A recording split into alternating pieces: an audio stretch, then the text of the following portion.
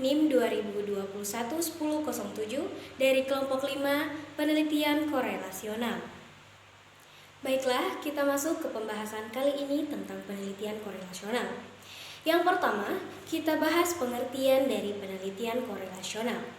Nah, penelitian korelasional itu metode penelitian yang digunakan untuk memahami hubungan antara dua variabel atau lebih tanpa menghasilkan kesimpulan sebab akibat. Fokusnya adalah untuk menentukan sejauh mana hubungan antara variabel-variabel tersebut dan seberapa kuat hubungannya. Lalu, penelitian korelasional bertujuan untuk meneliti suatu fenomena yang terjadi. Nah, fenomena tersebut bisa berupa di bidang pendidikan, kesehatan, pekerjaan, dan sebagainya. Selanjutnya yang kita bahas adalah contoh rumusan masalah dalam penelitian korelasional. Nah, rumusan masalah pada penelitian korelasional sendiri adalah soal-soal yang dihadapi dan diinginkan untuk dibahas dalam penelitian tersebut. Mereka mencakup tujuan, latar belakang, dan identifikasi masalah yang dijelaskan dalam penelitian. Nah, rumusan masalah ini bertujuan untuk mengetahui hubungan antara dua variabel atau lebih yang dapat berupa hubungan positif, negatif, atau tidak ada hubungan sama sekali. Nah, berikut ini adalah contoh-contoh rumusan masalah korelasi yang bisa kalian gunakan sebagai referensi. Yang pertama, apakah ada hubungan antara pengguna media sosial dengan tingkat kecemasan pada remaja? Yang kedua, bagaimana hubungan antara tingkat stres dengan performa akademik mahasiswa? Yang ketiga, apakah ada hubungan antara pola makan dan kesehatan gigi dan mulut pada anak-anak? Yang keempat, bagaimana hubungan antara tingkat kepuasan kerja dengan produktivitas karyawan? Yang kelima, apakah ada hubungan antara waktu tidur dan tingkat konsentrasi pada siswa? Baiklah, kita masuk ke pembahasan selanjutnya, yaitu hipotesis dalam penelitian korelasional. Dalam korelasi penelitian, hipotesis digunakan untuk menguji hubungan antara dua atau lebih variabel. Nah, berikut ini adalah beberapa contoh hipotesis penelitian korelasional. Yang pertama, hubungan antara penggunaan metode pembelajaran dan media pembelajaran serta motivasi belajar siswa dengan prestasi belajar siswa. Misalnya, hipotesisnya adalah semakin tinggi penggunaan metode pembelajaran dan media pembelajaran serta motivasi belajar siswa, maka akan semakin tinggi prestasi belajar siswa. Yang kedua, hubungan antara kecerdasan dengan usia. Misalnya, hipotesisnya semakin tinggi kecerdasannya, maka usianya cenderung lebih tinggi. Yang ketiga, hubungan antara kreativitas dengan motivasi. Misalnya, hipotesisnya semakin tinggi kreativitasnya, maka motivasinya cenderung lebih tinggi. Yang keempat, hubungan antara kebiasaan manusia membuang sampah dan jumlah sampah di Indonesia. Misalnya, hipotesisnya adalah semakin tinggi kebiasaan manusia membuang sampah, maka jumlah sampah di Indonesia akan semakin tinggi. Tapi perlu diingat bahwa hipotesis penelitian korelasional harus didasarkan pada teori atau kajian ilmiah yang relevan dengan topik penelitian. Hipotesis ini kemudian diuji melalui analisis statistik untuk melihat apakah ada hubungan yang signifikan antara variabel-variabel yang diteliti. Baik, saya akan melanjutkan materi bagian D, yaitu teknik pengumpulan data dalam penelitian korelasi. Dalam penelitian korelasi, ada beberapa teknik pengumpulan data yang dapat digunakan. Berikut adalah beberapa teknik pengumpulan data dalam penelitian korelasi. Yang pertama, kuesioner. Kuesioner adalah salah satu teknik pengumpulan data yang paling umum. Penelitian pengiriman kuesioner ke responden merekam jawaban responden. 2. Angket. Angket adalah salah satu teknik pengumpulan data yang sama dengan kuesioner, tetapi lebih rumit dan lebih detail. Angket biasanya digunakan ketika penelitian ingin mengumpulkan data yang lebih spesifik dan terstruktur. 3. Tes adalah teknik pengumpulan data yang digunakan ketika penelitian ingin mengumpulkan data yang lebih sistematis dan standarisasi. Tes biasanya digunakan ketika penelitian ingin mengumpulkan data yang lebih objektif dan struktur. 4. Pedoman. Pedoman observasi adalah teknik pengumpulan data yang digunakan ketika penelitian ingin mengumpulkan data dengan cara melihat dan mengobservasi perilaku responden. 5. Dokumentasi. Dokumentasi adalah teknik pengumpulan data yang digunakan ketika penelitian ingin mengumpulkan data dari dokumen, seperti laporan, surat, dan dokumen lainnya. Dalam penelitian korelasional, teknik pengumpulan data yang digunakan akan tergantung pada jenis data yang diperlukan dan tujuan penelitian. Penelitian harus memiliki teknik pengumpulan data yang sesuai dengan tujuan dan metodologi penelitian yang digunakan.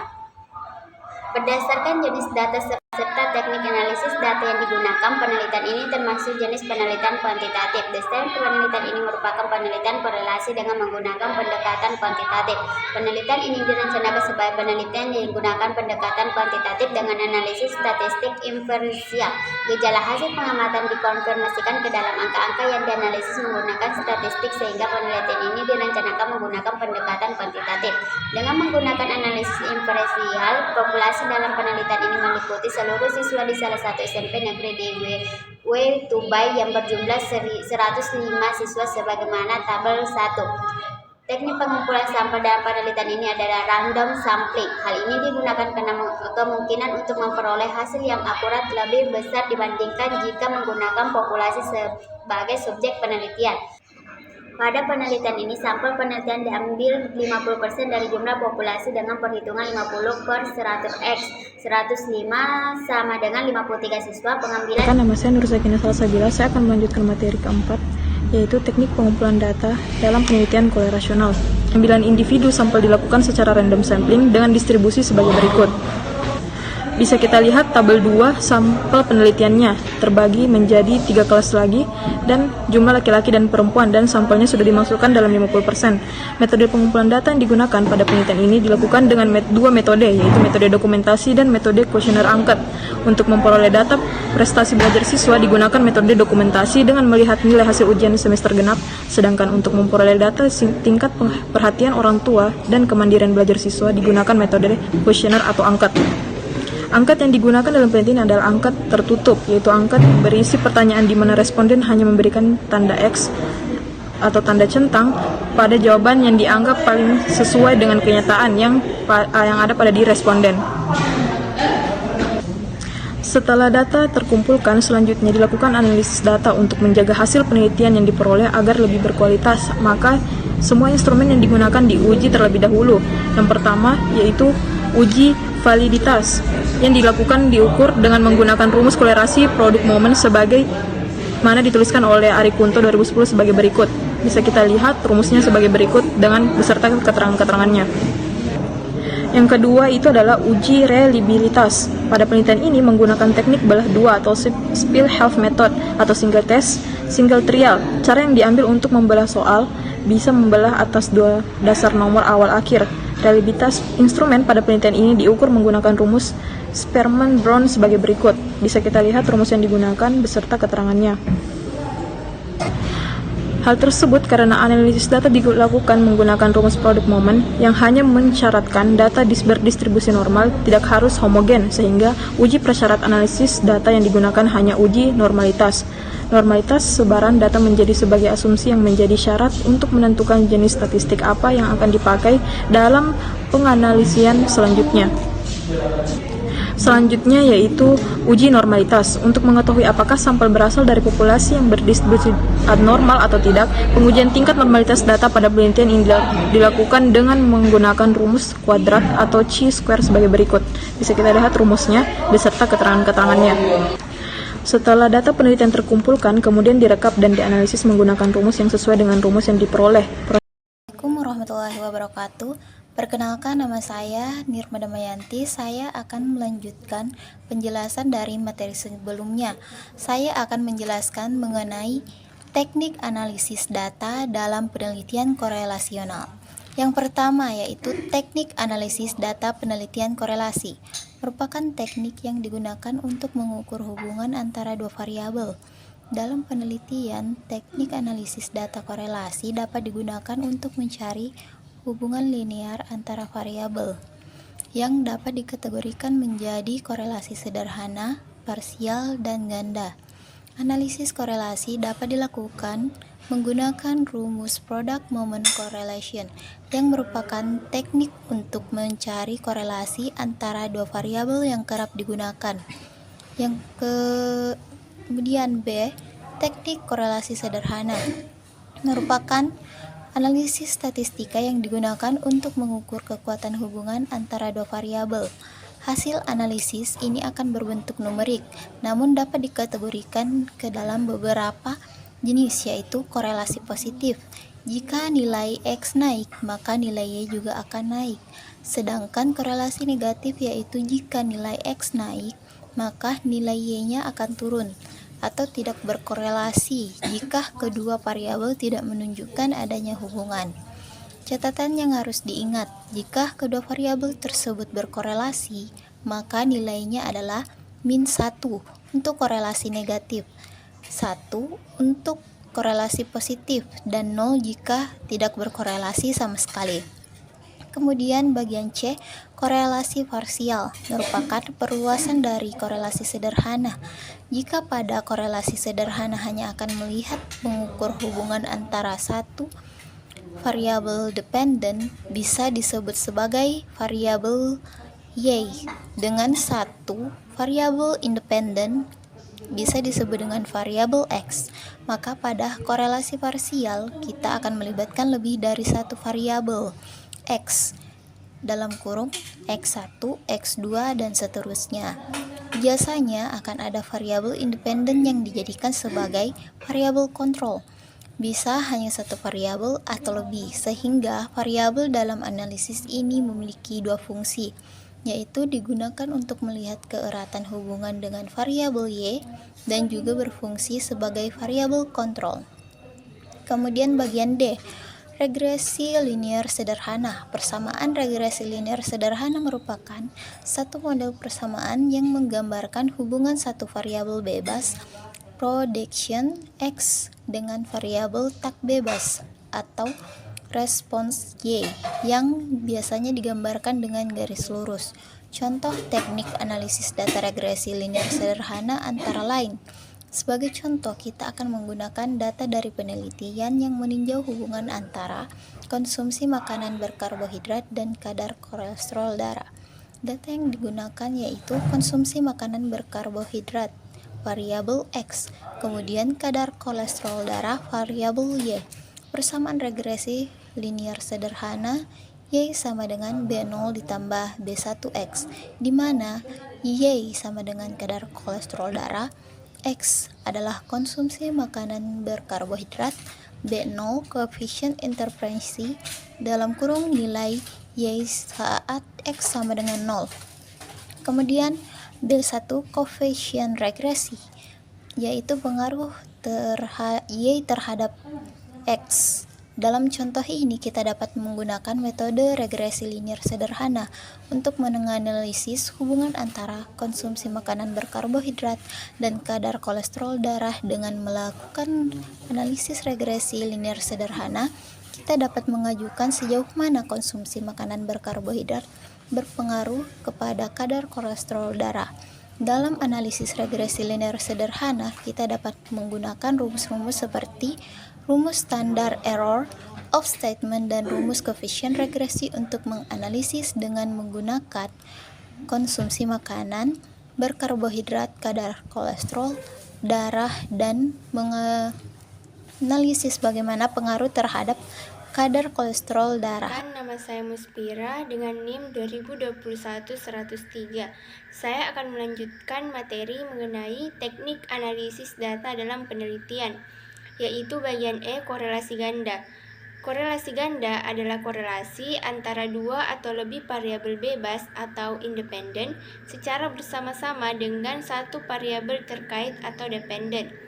Korelasi ganda digunakan untuk mencari hubungan antara dua variabel bebas atau lebih yang secara bersama-sama dihubungkan dengan variabel keterkaitannya.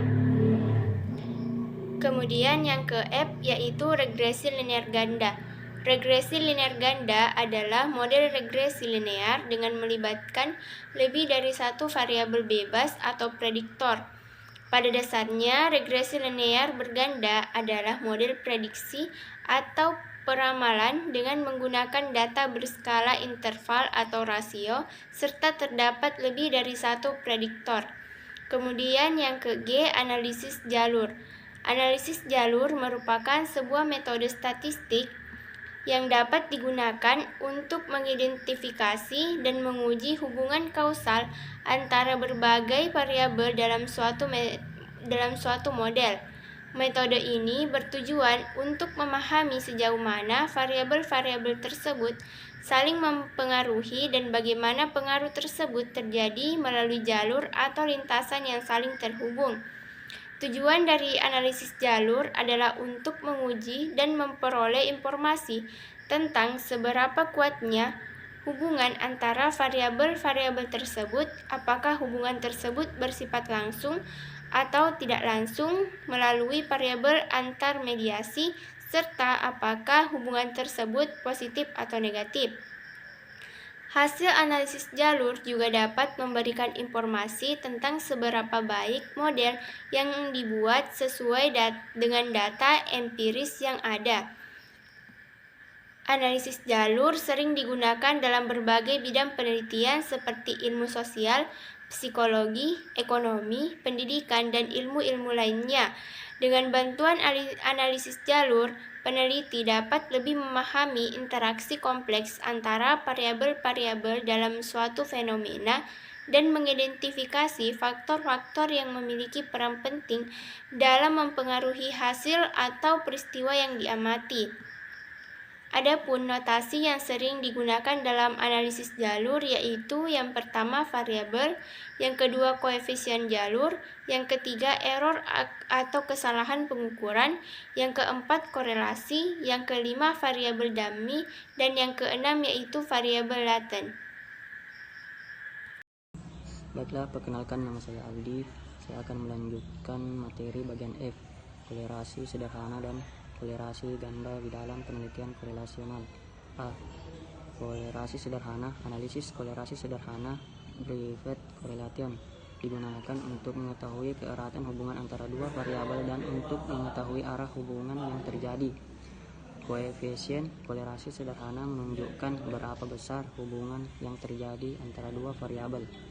Dalam SPSS Adik 3, metode kolerasi sederhana bivariate correlation di antara Person correlation, Candace atau B, dan Spearman correlation. Person correlation digunakan untuk data berskala interval atau rasio, sedangkan Candace atau B dan Spearman correlation lebih cocok untuk data berskala ordinal. Analisis kolerasi sederhana yang akan digunakan metode Person correlation atau sering disebut produk momen person dan koefisien determinasi. Nilai korelasi R berkisar antara minus 1 sampai 1. Nilai semakin mendekati 1 atau minus 1 berarti hubungan antara dua variabel semakin kuat. Sebaliknya, nilai mendekati 0 berarti hubungan antara dua variabel semakin lemah. Nilai positif menunjukkan hubungan searah X naik maka Y naik, dan nilai negatif menunjukkan hubungan terbalik, X naik maka Y turun. B. Korelasi ganda. Kolerasi berganda merupakan salah satu metode yang digunakan untuk melihat hubungan dari tiga variabel atau bahkan lebih dari dua variabel merupakan variabel independen atau suatu lagi merupakan variabel independen. Bedanya dengan analisis kolerasi parsial, dalam metode ini tidak ada variabel independen yang dijadikan sebagai variabel kontrol. Jika ingin melakukan perhitungan manual tanpa bantuan software, maka kita harus menghitung kolerasi sederhana antara satu variabel dengan variabel lainnya. Barulah bisa dilakukan perhitungan kolerasi berganda. Baiklah, saya akan membacakan kesimpulannya.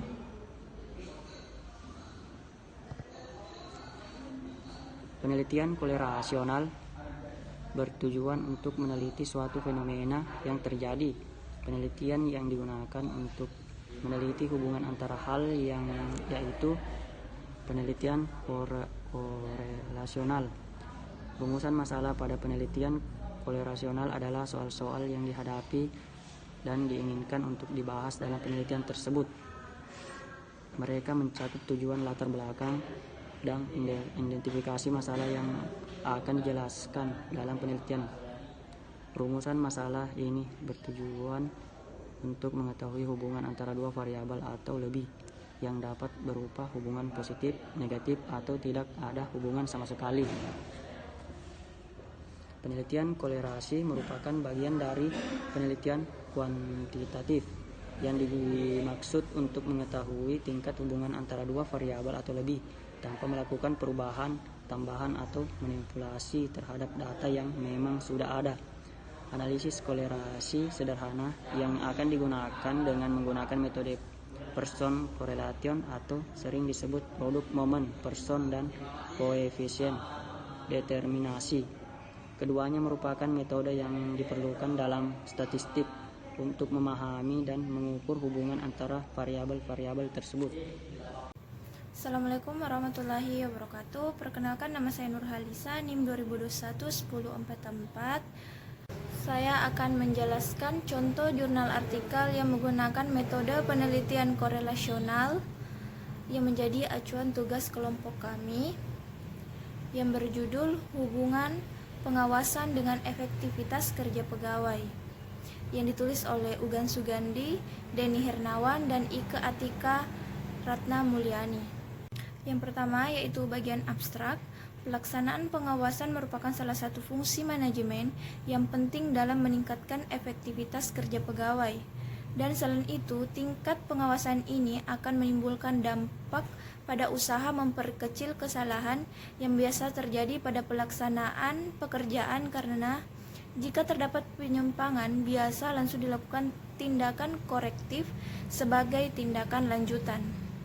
Selanjutnya yaitu di bagian pendahuluan, di mana di sini menjelaskan tentang pelaksanaan otonomi daerah yang akan menuntut kualitas sumber daya aparatur daerah untuk dapat melaksanakan pelaksanaan pemerintah daerah dengan bersih dan berwibawa.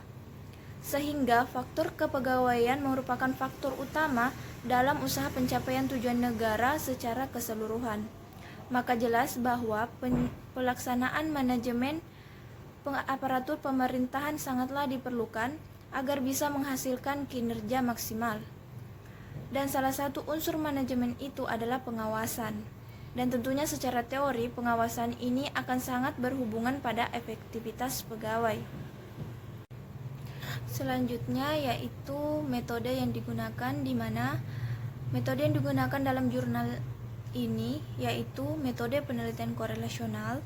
Menurut Hussein Umar 2004 nomor 40, metode korelasional atau correlational study adalah riset yang dirancang untuk menentukan tingkat hubungan variabel-variabel yang berbeda dalam suatu populasi.